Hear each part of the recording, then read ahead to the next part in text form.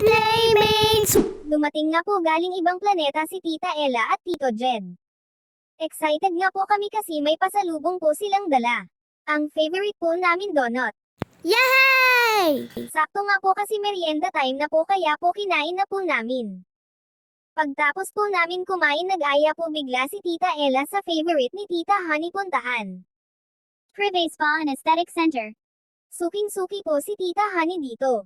Minsan nga po inaabot na siya ng closing dito, kala po namin dito na siya matutulog. Naghahanap nga po si Tita Ella ng place kung saan niya pwede i-treat sila mama and mommy dahil Mother's Day po. Sabi naman po ni Tita Honey kay Tita Ella, Lae may Mother's Day promo yung private hanggang May 31st. Kaya nagpabook po agad si Tita Honey. Yung treat number 2 po yata inavail nila. Manicure ped and massage daw po yun. Habang nagpapamassage po sila, napipicture naman po kami nila Bea kasi po ang cute ng lugar aesthetic. Gusto naman po ni Mommy Foot Spa kasi daw makaliw na yung paa niya. Ang tagal nga po nililiha yung paa ni Mommy. Ano po ba tawag doon, parang liha po. Ang tagal nga po namin doon playmates. 5 kasi silang nagpamassage. Dumating kami playmates nakita ko pa son.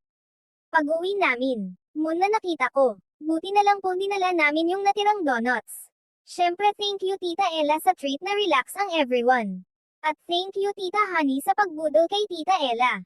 Thank you din daw po sa promo ng Privé Spa and Aesthetic Center.